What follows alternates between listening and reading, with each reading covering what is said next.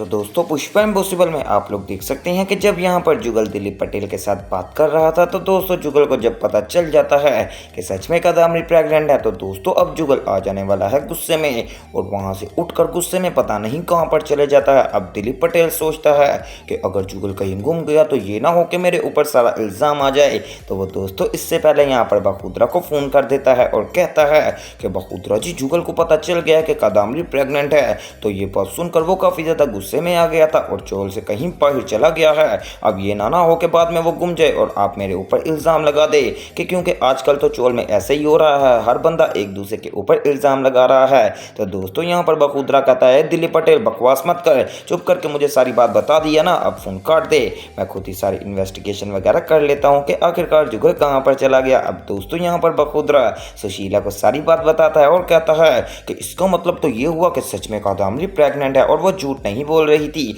चलो अब हमें यहाँ पर जाकर जुगल को ढूंढना ही पड़ेगा। दूसरी तरफ दोस्तों अब आप लोग देख सकते हैं कि यहाँ पर जो पुष्पा है उन्होंने प्रोफेसर शास्त्री की काफ़ी ज़्यादा मदद की थी और दोस्तों इस तरह यहाँ पर करते करते उनका आपस का प्यार इतना ज़्यादा बढ़ गया है कि मुझे तो ऐसा लग रहा है कि जैसे आने वाले एपिसोड्स में यहाँ पर जो पुष्पा है उनकी प्रोफेसर शास्त्री के साथ शादी हो जाएगी। मैंने आज आपके साथ प्रेडिक्शन करती है और आप आज से थोड़ी देर बाद आकर मुझे ज़रूर कहेंगे कि सच में आपने तो बहुत ही ज़्यादा अच्छी बात बताई थी। और यहाँ पर दोस्तों अब जब प्रोफेसर शास्त्री की सारी खिदमत वगैरह पुष्पा कर लेती है तो वो जल्दी से फ़ोन करती है घनश्याम जी को और कहती है कि घनश्याम जी जल्दी आ जाएं प्रोफेसर शास्त्री के घर में, दरअसल वो ड्रंक करके लेट गए हैं। अब हमें यहाँ पर मैंने उनकी अच्छी खासी तबीयत वगैरह ठीक करने की कोशिश तो की है लेकिन अब उनका ख्याल वगैरह भी तो रखना पड़ेगा। अब मैंने घर जाना है और आप यहाँ पर आ जाएँ और थोड़ी देर इनके पास बैठ जाएँ। अब दोस्तों जब यहाँ पर पुष्पा फ़ोन करती है तो घनश्याम जी आ जाने वाले हैं और इसके बाद पुष्पा यहाँ पर सीधा आ जाने वाली है घर। जैसे ही पुष्पा यहाँ पर चोल में आती है तो हर बंदा कहता है कि आपको पता है कि जुगल जी गुम गए हैं। तो दोस्तों पुष्पा कहती है कि जुगल कोई बच्चा थोड़ी है जो कि ऐसे ही कहीं गुम गया। तो दोस्तों साथ ही बखूदरा कहता है कि मैं झूठ नहीं बोल रहा, मैं सच बात कर रहा हूँ, सच में जुगल यहाँ से चला गया है क्योंकि उसको पता चल गया है कि कादम्बरी प्रेग्नेंट है। अब दोस्तों पुष्पा कहती है कि कादम्बरी की प्रेगनेंसी की रिपोर्ट आ गई थी तो दिलीप पटेल बताता है कि हाँ जुगल मेरे पास ही खड़ा था जब उसको प्रेगनेंसी की रिपोर्ट आई थी तो मैंने उसमें देखा था कि साफ साफ लिखा हुआ था कि कादम्बरी 100% प्रेग्नेंट है। अब दोस्तों यहाँ पर कादम्बरी की बात सुनकर पुष्पा काफ़ी ज़्यादा खुश भी होती है लेकिन एक तरफ से उदास भी होती है कि क्या यहाँ पर अब इनका रिश्ता चल पाएगा या फिर नहीं। दूसरी तरफ दोस्तों अब जुगल बाहर चले जाने वाला है चोल से और एक चाय वाले ढाबे पर बैठकर अपनी पुरानी यादें सोच रहा होता है कि किस तरह उसकी पत्नी थी और जब उनके यहाँ पर औलाद होने वाली थी उनकी कितनी ज़्यादा खुशी का मौका था लेकिन आखिर में उनकी पत्नी यहाँ पर बेचारी मर गई और साथ ही साथ उनका बच्चा भी खत्म हो गया। अब दोस्तों जुगल ये सारी बातें बैठा सोच रहा होता है और बेचारा अपने ही दिल में सोचता है कि अगर यहाँ पर कादम्बरी की कोख में सच में बच्चा हुआ जो कि रिपोर्ट भी आ गई है और इससे ये साबित हो गया है कि जुगल को भी अब यहाँ पर पक्का यकीन है कि कादम्बरी की कोख में बच्चा है। तो जुगल सोचता है कि ये तो कादम्बरी उस बच्चे को बिगाड़ देगी। इतनी ही देर में दोस्तों दूसरी तरफ से रिया भी उसी ढाबे पर आने वाली है और वो भी आपको पता है कि अपनी डिप्रेशन में है क्योंकि उसने पुष्पा और यहाँ पर अपने पापा का रोमांस देख लिया है। हालांकि वो रोमांस नहीं था, वो तो पुष्पा वैसे ही यहाँ पर प्रोफेसर शास्त्री का ख्याल करती है। तो दोस्तों वो भी काफ़ी ज़्यादा डिप्रेशन में यहाँ पर आ जाने वाली है और आकर चाय वगैरह पी लेती है। जैसे ही दोस्तों वो चाय लेती है तो वो यहाँ पर ये सोच रही होती है कि मेरे पापा बचपन में मेरे साथ कितना ज़्यादा खेला करते थे लेकिन आज तो पता नहीं मेरे पापा को क्या ही हो गया है, हर बात पे मुझे डांटते हैं, मेरे साथ गुस्सा करते थे और उन्होंने मेरा सारा बचपन ज़ाया कर दिया। दोस्तों रिया तो एक बात पर अटक ही गई है कि अगर पापा यहाँ पर निर्दोष थे तो उनको वो किस लड़ना चाहिए था, उनको भागना नहीं चाहिए था। तो दोस्तों बात तो वैसे रिया की भी ठीक है कि अगर प्रोफेसर शास्त्री सच्चे थे तो उनको यहाँ से भागना नहीं चाहिए था। इस तरह रिया के दिल में भी उनका मुकाम आला हो जाना था। अब दोस्तों जब रिया चाय पी लेती है तो उस बेचारी के पास पैसे नहीं होते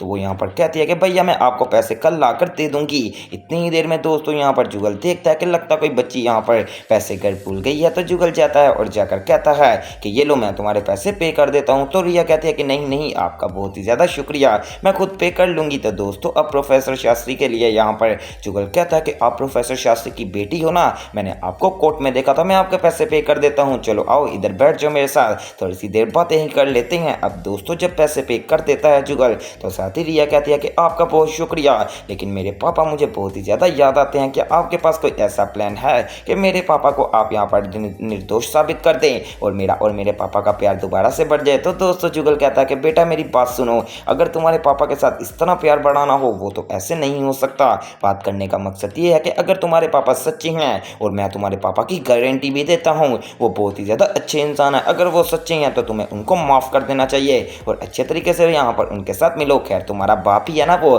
तो दोस्तों रिया भी के भी दिल में अब ये बात बैठ जाने वाली है, लेकिन रिया कहती है कि जुगल अंकल क्या आप मुझे एक बात बताएंगे, अगर एक बाप अपनी बच्ची से इतना ज़्यादा प्यार करता हो और बाद में यहाँ पर उस मेरी दोस्त सारी मुझे मेरे बाप के नाम से भगोड़ा कहें और कहें कि तेरा बाप तो भगोड़ा है, तो मैं क्या करूँ। तो दोस्तों जुगल कहता है कि बेटा अपने बाप की बात सुननी चाहिए, किसी ऐरे गहरे के नहीं, वो तुम्हारे पापा हैं, अगर वो तुमसे माफ़ी मांग रहे हैं, सच में उनसे गलती हुई है तो तुम्हें उन्हें माफ़ कर देना चाहिए। वैसे दोस्तों मुझे जुगल की बहुत ही ज़्यादा अच्छी बात लगी कि उसने रिया को बहुत ही ज़्यादा अच्छे तरीके से समझाया। अगर यहाँ पर होती कादम्बरी तो वो तो रिया के कान ही भर देती और बेचारी रिया के दिल में प्रोफेसर शास्त्री के लिए नफरत और भी ज़्यादा बढ़ती जाती। दूसरी तरफ दोस्तों अब जो कादम्बरी है वो अपने कमरे में बैठी होती है और सोच रही होती है कि कैसा मैंने यहाँ पर कंडा निकाला है जुगल का, चलो अब थोड़ी देर के लिए मामला तो हैंडल हो गया, बाद में प्रेगनेंसी का भी हिसाब किताब लगा लूंगी। अभी दोस्तों जहाँ पर कादम्बरी अपने कमरे में ये बात सोच रही होती है, ऊपर से ही आ जाने वाली है पुष्पा और आकर कहती है कि हाँ भाई कादम्बरी मुझे पता चल गया है कि तू सच में प्रेग्नेंट है, लेकिन तुझे एक बात बताना चाहती हूँ।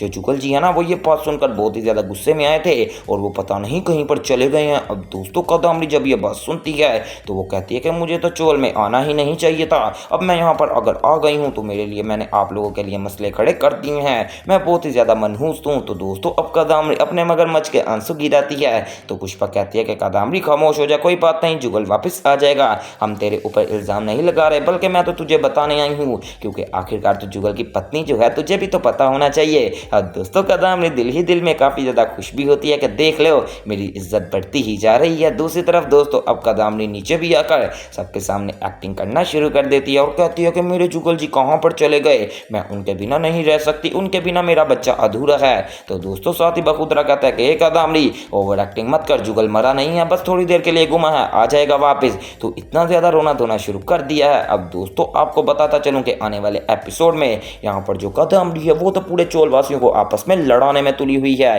अब दोस्तों एक तरह से वो यहाँ पर प्रार्थना के कान भरती है और कहती है कि दीप्ति तो तेरे से इतना ज़्यादा काम करवाती है, तू पागल है, उसके काम करती है, उसको जाकर मना कर दे। तो दोस्तों यहाँ पर अब कहने वाली है प्रार्थना के नहीं कादम्बरी जी उसके पेट में बच्चा है। तो दोस्तों यहाँ पर कादम्बरी कहती है कि मेरे पेट में भी तो है, मैं क्या काम नहीं करती, उसने तो तुझे पागल बना लिया है। अब दोस्तों वही बात बातों में आकर आ जाने वाली है प्रार्थना दीप्ति के पास और कहती है कि दीप्ति भाभी अपने काम खुद किया करो, मैं कोई पागल नहीं हूँ। अब दोस्तों दीप्ति ये सारी बात पुष्पा को बताती है और पुष्पा कहती है कि आखिरकार तुम्हें ये बात किसने कही। लो दोस्तों कादम्बरी फिर से फंसती ही जा रही है और आने वाले एपिसोड में हो जाएगा कादम्बरी का खुलासा और प्रोफेसर शास्त्री और पुष्पा का जो लव स्टोरी है क्या वो आगे बढ़ पाएगी, तो वो सब देखना मिस मत कीजिएगा। और इस तरह की मज़ीद अपडेट्स के लिए मेरे चैनल स्पाइसी एंटरटेनमेंट को सब्सक्राइब करें।